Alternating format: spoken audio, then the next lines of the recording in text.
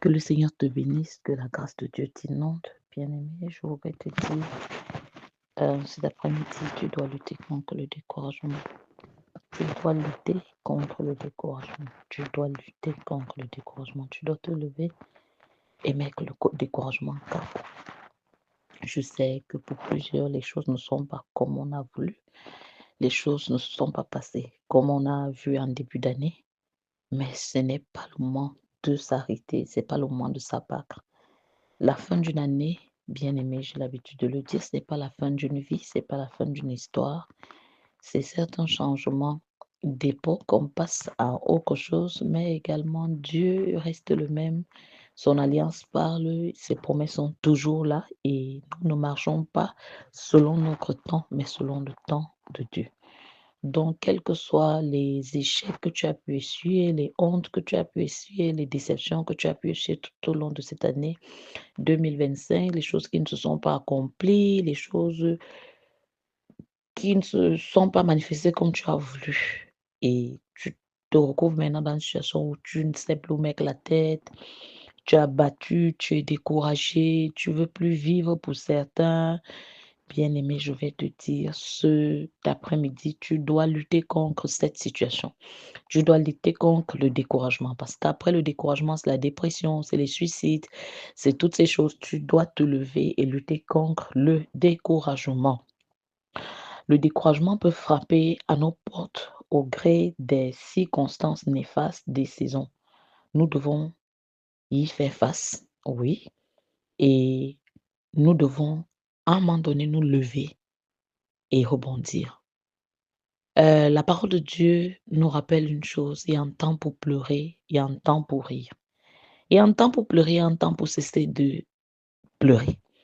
Il y a un temps pour se décourager, un temps pour cesser de se décourager. Il y a un verset très encourageant dans la parole de Dieu qui nous dit dans Proverbe 24, verset 16, car cette fois le juste tombe, il se relève, mais les méchants sont précipités dans le malheur.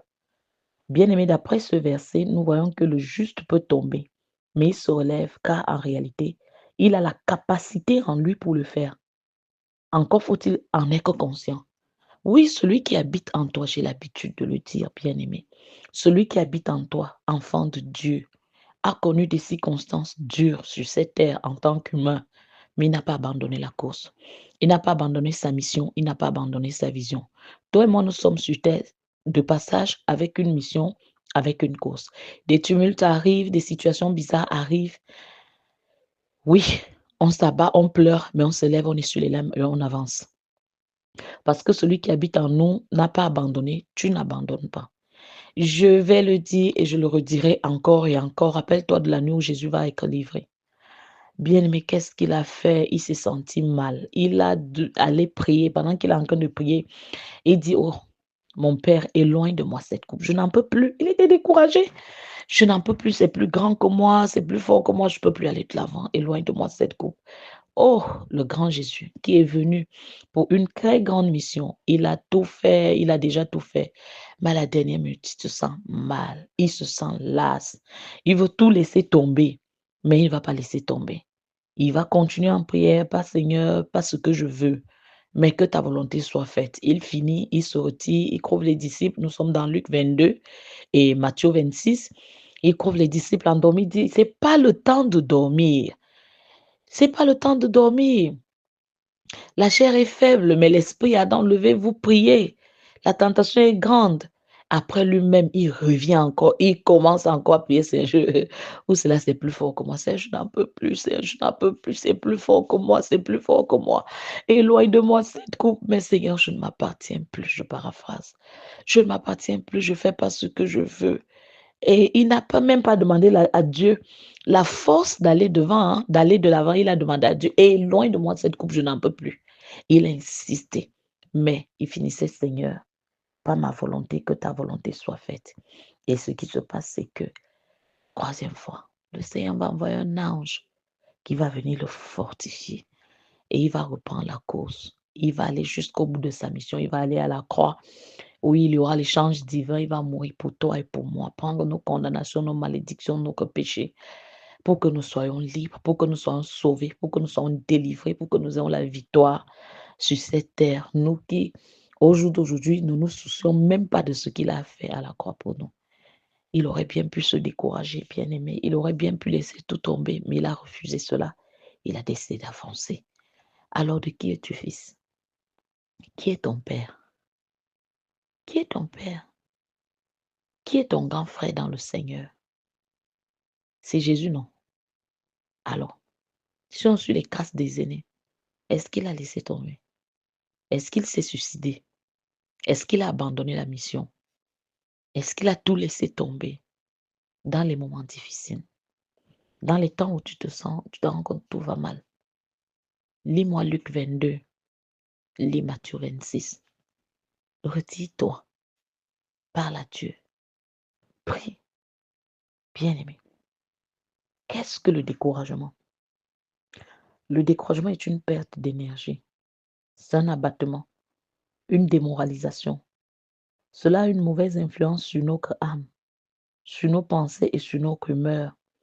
Voilà pourquoi il est important de lutter contre ce sentiment. Nous devons garder notre cœur, c'est-à-dire que nous devons veiller sur notre cœur afin de le protéger. Et ça, c'est notre responsabilité. Proverbe 4, verset 23 nous dit, garde ton cœur plus que toute autre chose, car de lui viennent les sources de la vie. Bien aimé, la Bible en général nous enseigne à avoir une attitude, un langage positif, se positionner par la foi. Pour cela, nous devons chercher à connaître Dieu de toute notre force, car lui-même nous dit dans Jérémie 29, verset 13, vous me chercherez, vous me trouverez si vous me cherchez de tout votre cœur. Bien aimé, il y a une bonne nouvelle. Pour nous qui avons choisi de faire de l'Éternel notre Dieu, notre bouclier, le bouclier de notre âme, car c'est lui qui nous communique sa puissance et son assurance. Il a fait avec nos pères dans la foi, notamment avec David, l'apôtre Paul, 1 Samuel 17, 26, 2 Timothée 4, 7. Pourquoi ne le ferait-il pas avec nous? Quand le découragement frappe à votre porte, résistez au découragement et il fuira loin de vous. Oui, oui. Voyons pas ensemble une vertu précieuse que Dieu alimente en nous lorsque nous décidons de lui faire confiance. C'est la vertu du courage. Un courage divin qui forge en nous une âme conquérante plus que vainqueur. C'est ce courage divin que Josué a expérimenté. Il devait succéder à un grand serviteur de Dieu, Moïse. Imaginez-vous la pression, la mission qui lui a été confiée. Lorsque nous lisons le premier chapitre de Josué, nous pouvons voir clairement que la vertu principale dont Dieu parle est le courage. Josué est dans une situation où celui qui les a sortis de l'Égypte, celui qui les a sortis de la captivité, Moïse, le grand Moïse qui parlait avec Dieu face à face, vient de mourir. Et la parole de Dieu dit, ils ont pleuré Moïse. Nous sommes dans Deutéronome. Les gars ont pleuré Moïse pendant un mois et ils ont cessé de pleurer et ils ont repris la cause. Bien aimé, quand ils pleuraient Moïse ici, c'est qu'est-ce qu'on va s'en sortir? On va où? Celui-là qui nous a sortis, nous voici donc en plein milieu du chemin. On ne sait qu'on prend quelle direction, on va commencer comment. Mais ils ont fini de pleurer. Ils étaient sans repère, mais ils avaient Dieu. Ils ne savaient pas ce qui va se passer le lendemain, comme toi et moi, nous ne savons pas ce qui va se passer le lendemain. Mais ils avaient Dieu. C'était leur repère. Ils ont pleuré un mois. Ils ont cessé de pleurer. Puis Dieu a parlé à Josué. Que lève-toi. C'est toi qui vas faire entrer ce peuple. Et il va lui parler dans Josué 1,9 en disant, ne t'ai-je pas donné ce ordre? Fortifie-toi et prends courage. Ne t'effraie point et ne t'épouvante point, car l'Éternel ton Dieu est avec toi dans tout ce que tu entreprendras. Ce verset nous montre que Dieu est avec Josué dans toutes ses entreprises et c'est sa présence et sa main puissante qui alimentait le courage de Josué. Voilà pourquoi ici, nous parlons d'un courage divin qui surpasse le naturel. Bien-aimé, je viens te dire ce matin, sois renouvelé dans ton intelligence, sois rafraîchi, sois rechargé. Joël 3, verset 10. Bien-aimé, je t'exhorte à lire Joël chapitre 3, verset 10. Bien-aimé, tu dois, ce n'est même pas une option. Tu dois au jour d'aujourd'hui lutter contre cette situation qui t'amène à maudire Dieu, à tout laisser tomber, à te décourager, à ne plus vouloir te lancer dans des temps de jeûne, de prière, cette voix qui te parle que voilà, depuis que tu fais ci, depuis que tu fais ça, donc tu te décourages, tu rentres dans le monde. Bien-aimé, notre marche avec Dieu ne s'arrête pas dans construire la maison, se marier, porter les habits, avoir une promotion. Notre marche avec Dieu ne s'arrête pas là. Pourquoi si peu? Pourquoi tu veux t'arrêter parce que telle chose ne s'est pas accomplie? Est-ce que tu sais que ta marche avec Dieu va jusqu'au-delà? Où iras-tu quand tu fermeras les yeux? Tu ne dois pas abandonner Dieu à cause du fait que certaines choses ne sont pas accomplies, à cause du fait peut-être certaines choses sont arrivées et il n'y avait pas mon nom, il n'y a pas eu ça, il n'y a pas eu ça. Non, tu as plus grand encore avec Dieu. Sur cette terre, nous sommes de passage. Tiens ferme, reste focalisé sur Jésus. Même quand tu ne seras plus sur cette terre, il sera toujours avec toi. Bien-aimé, bien-aimé, je vais prier encore avec toi. Il nous dit dans Ésaïe, que j'aime bien, Ésaïe 40, que ceux qui se confient en lui, ils renouvellent leur force, ils reprennent l'envol. Je prie que le Saint-Esprit te recharge et t'équipe, qu'il te fortifie et qu'il te donne un nouveau souffle. Je sais que peut-être physiquement tu es fatigué. Tu veux peut-être changer de cadre, tu veux changer de milieu, tu veux changer, mais ne change pas de Dieu. Ne change pas de Dieu. Je vais même te choquer en disant que ton assemblée n'est pas un problème. Oui, dans la marche chrétienne, on a l'adversité qu'on rencontre. On a l'adversité. Et au jour d'aujourd'hui, le coup, ce qui arrive pendant ton parcours ne veut pas dire que Dieu t'a abandonné ou bien que c'est fini pour toi. Je voudrais prier avec toi encore. Lorsque je dis Père, merci pour ta parole agissante. Tu as donné à ton enfant qui m'écoute tout ce qui contribue à la vie et à la piété. Je te prie de l'éclairer, de lui montrer, Seigneur, non seulement le droit chemin, mais de recharger ton enfant que voici, de le fortifier afin qu'il avance et marche dans la victoire que Jésus-Christ a acquise à la croix pour nous tous. Seigneur, je te prie que ta présence les libère, les restaure, les sécurise. Seigneur, glorifie ton nom dans sa vie. C'est en toi que nous nous confions et ma foi est unie à sa foi. Nous te prions, Seigneur, que toi qui redonnes la force à ceux qui étaient abattus, courbés, toi qui consoles, qui guéris les cœurs, tu guérisses, tu relèves, tu restaures. Saint-Esprit, tu diriges et illumines, afin qu'au jour d'aujourd'hui, même quand on ne sait plus quelle direction prendre, toi qui es la direction, tu te manifestes plus que jamais. Esprit Saint prend contrôle. Esprit Saint charge, équipe, illumine. Esprit Saint charge, équipe, illumine, nous te supplions.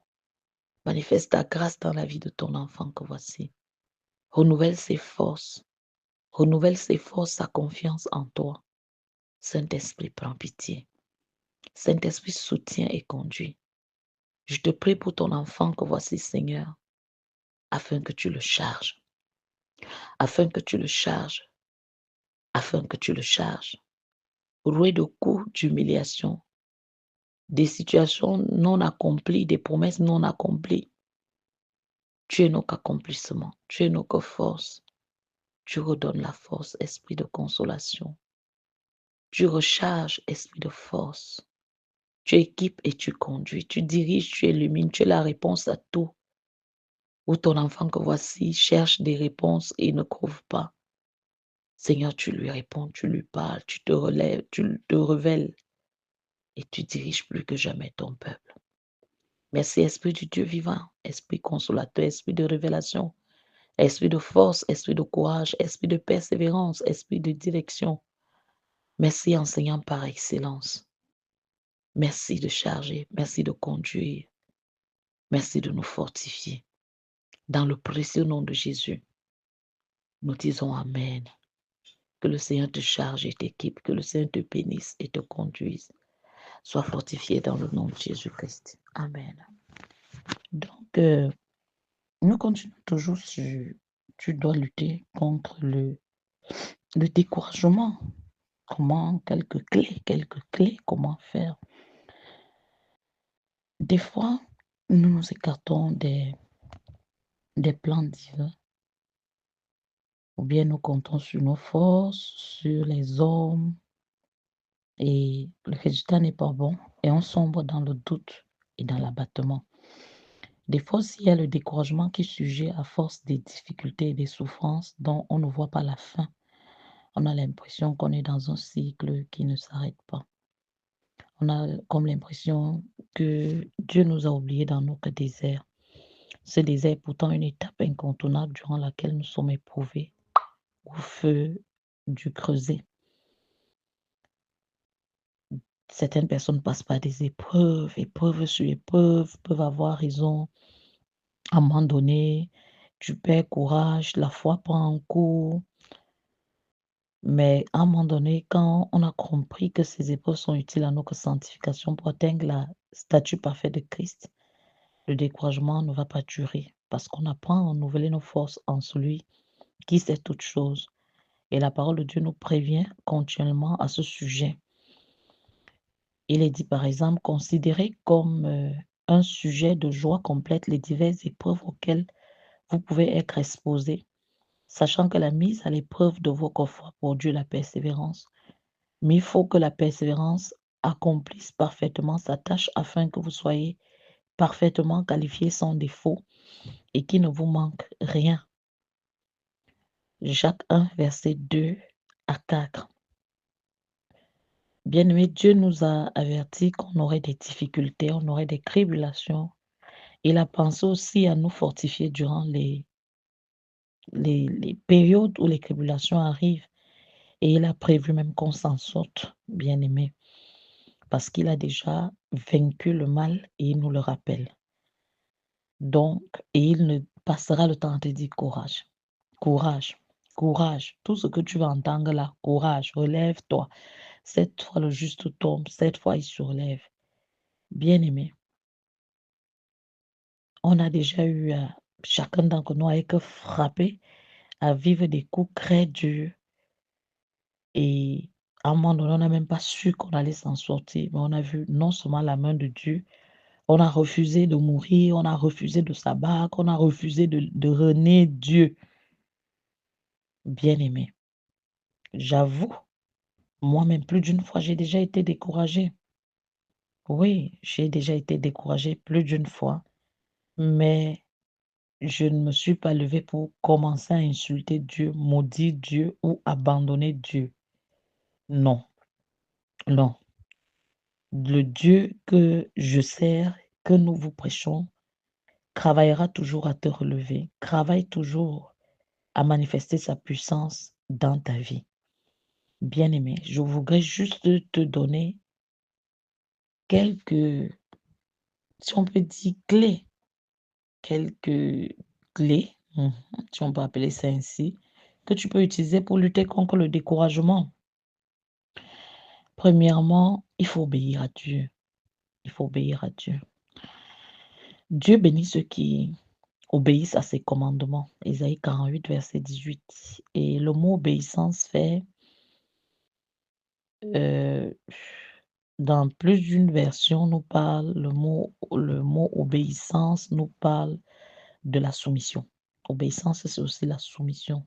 Obéir, c'est se soumettre. Dieu est tout, bien-aimé, sauf un dictateur. Il ne nous impose rien, pas même son amour. Et cet amour, lorsqu'on le reçoit à notre conversion et tout au long de notre parcours, devient le ciment d'une relation profonde entre le Créateur et nous. Il s'appuie sur une totale confiance qui nous rend obéissants sans contrainte, que l'on comprenne ou pas tous les plans de Dieu pour notre vie. Donc, dans nos questions, euh, pourquoi pas ceci, cela, il faut toujours se rappeler que Dieu sait toutes choses. Il nous a laissé un mode d'emploi, c'est la Bible, c'est notre constitution et elle est remplie de conseils, elle est remplie de préceptes de sagesse avec une ligne de conduite. Donc, il faut obéir sans condition à Dieu qui est souverain, qui connaît le début et la fin de notre histoire et qui nous remplit de joie, de paix et chasse le découragement dans l'épreuve.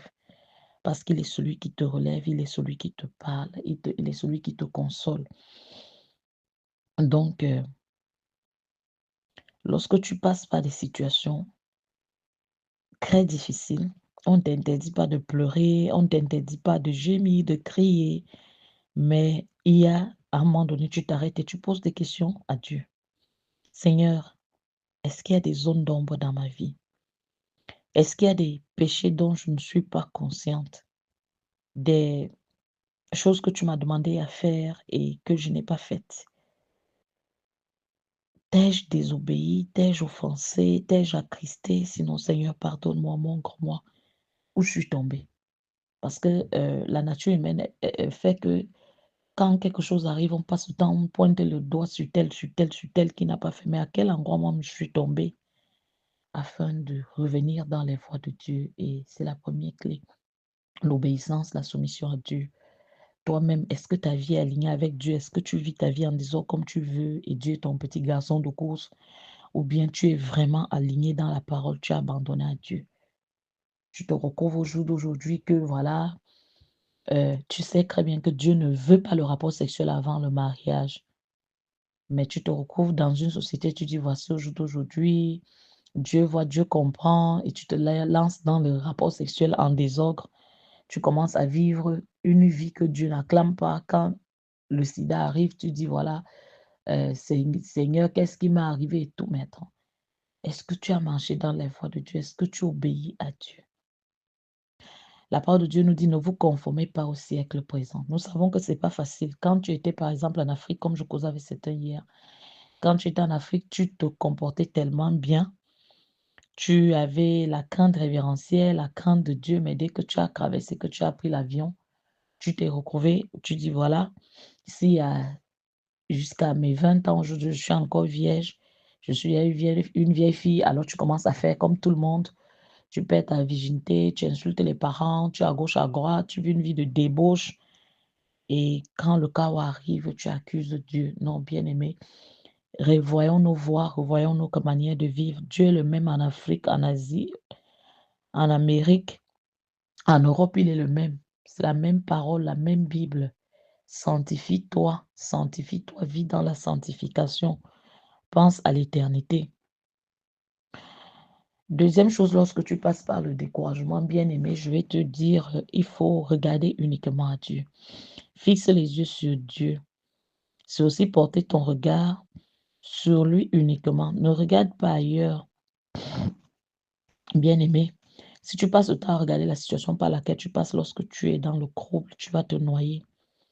Oui, fais l'effort de regarder à Dieu. Fais l'effort de placer ta confiance en lui plus que jamais. C'est lui qui est capable de calmer l'ouragan. Interdisons-nous de baisser la tête sur les soucis de la vie. Continuons à proclamer: «Je lève les yeux vers mon Dieu», pas vers les montagnes, c'est-à-dire ma confiance est en Dieu. Ma confiance est en toi, Seigneur. Ta parole me rappelle dans le psaume 34 que ceux qui se confient en toi, ils ne seront pas couverts de honte. C'est en toi que je me confie. Seigneur, c'est en toi que je me confie. C'est en toi que je me confie. Dans le psaume 37, il te rappelle que j'ai vu le juste abandonné. Je n'ai point vu le juste abandonné, ni sa postérité mendiant son pain. Seigneur, je suis juste pas à cause du bien que je fais, mais à cause de ce que c'est toi qui m'as justifié par l'œuvre accomplie à la croix et j'ai cru en toi. Seigneur, je te dis merci parce que même si je passe par cette situation où j'ai l'impression de me sentir seule, tu es avec moi, tu es en moi, tu ne m'abandonnes pas. Regarde à lui. Ne regarde pas la situation qui te ronge. Place ta confiance totale en lui, sachant que même si tu es en train de passer par quoi, il est avec toi, il est en toi. Ouvre ton cœur et demande de l'aide. Moi, je ne sais pas pour vous, mais moi, quand j'ai mal, j'ai tendance à faire comme Élie. Je vais m'isoler dans ma grotte et je discute avec Dieu jusqu'à ce que je reprenne courage. C'est ce que j'ai l'habitude de faire. Lorsque je suis déjà sortie de la grotte et c'est où je peux parler. C'est où je peux parler maintenant à quelqu'un, c'est où je peux même commencer à parler à mon mari lui-même, à parler à ceux qui me sont proches. Mais d'abord, je me retire. Je me retire. Je replie sur soi. Oui, je me replie sur moi-même et je viens le dire.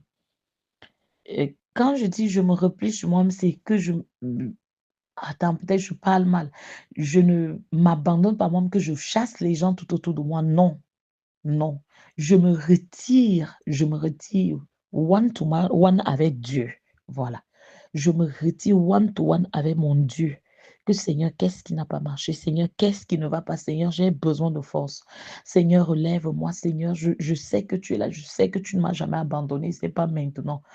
Oui, que ça va commencer, que tu m'abandonnes. Seigneur, prends pitié. Seigneur, relève-moi. Seigneur, je sais que je lui rappelle sa parole et je m'accroche à lui. Je demande de l'aide à Dieu. Donc, je voulais te le dire que il y a certains, quand ils passent par le découragement, ils vont se replier sur eux-mêmes. Ils vont s'isoler. C'est très dangereux. Même si c'est une attitude autoprotectrice et qui est très normale à un moment donné, comme un hérisson qui se cache sous sa boule de pique à l'approche d'une menace ou sous l'effet d'un coup. Bien aimé, c'est très dangereux car on peut sombrer dans la dépression. Oui. Mhm. Il y a des moments où je suis passée par des situations où je me suis vraiment repliée. Je me suis repliée, comme on dit, le repli sur soi. Et j'ai senti que j'étais en train de déprimer. Et j'ai fini par comprendre qu'il fallait que je sois soutenue et j'ai demandé de l'aide. D'abord à Dieu, ensuite à mon mari. Oui, de l'aide à ma mère. Oui, de l'aide à ceux qui sont tout autour de moi, ceux qui intercèdent pour nous. Parce que je ne vais pas me tenir aujourd'hui pour te dire que à mes amis, oui, j'en ai. J'ai des amis et je leur ai demandé de l'aide. Mais je ne peux pas te dire que je compte 10 amis, c'est faux. Ceux qui intercèdent pour nous, à des amis, j'ai demandé de l'aide. Dieu aide-moi. Oui. Et je ne sais pas combien de fois j'ai souvent murmuré ces mots. Seigneur, aide-moi. Parfois, j'ai même été incapable de prier. Mais ces simples mots m'ont transporté à chaque fois dans les bras de Dieu, comme un enfant qui a besoin d'être réconforté, rassuré et consolé. Et je suis allée crever du Seigneur, aide-moi. Aide-moi, Seigneur. Et j'ai demandé de l'aide à certains de mes amis. S'il te plaît, prie pour moi. C'est plus fort que moi, prie pour moi. Je réveille mon époux, je lui dis, je t'en prie. Je sais que tu pries déjà pour moi, mais prie encore pour moi. Oui, oui. Et il est très important de parler de nos difficultés en choisissant soigneusement les personnes dignes de confiance qui sauront vous encourager et prier pour vous sans vous juger ou vous faire la morale parce que vous êtes dans une situation genre. Donc, et il faut savoir que parler, ce n'est pas se plaindre à outrance sur la situation ou bien critiquer, mais c'est épancher son cœur et vider son sac, puis se taire enfin pour demander la prière afin d'être secouru. Oui. Donc, quelle que soit la situation par laquelle tu passes, Dieu connaît l'issue. Jamais il ne t'abandonnera, je te le dis.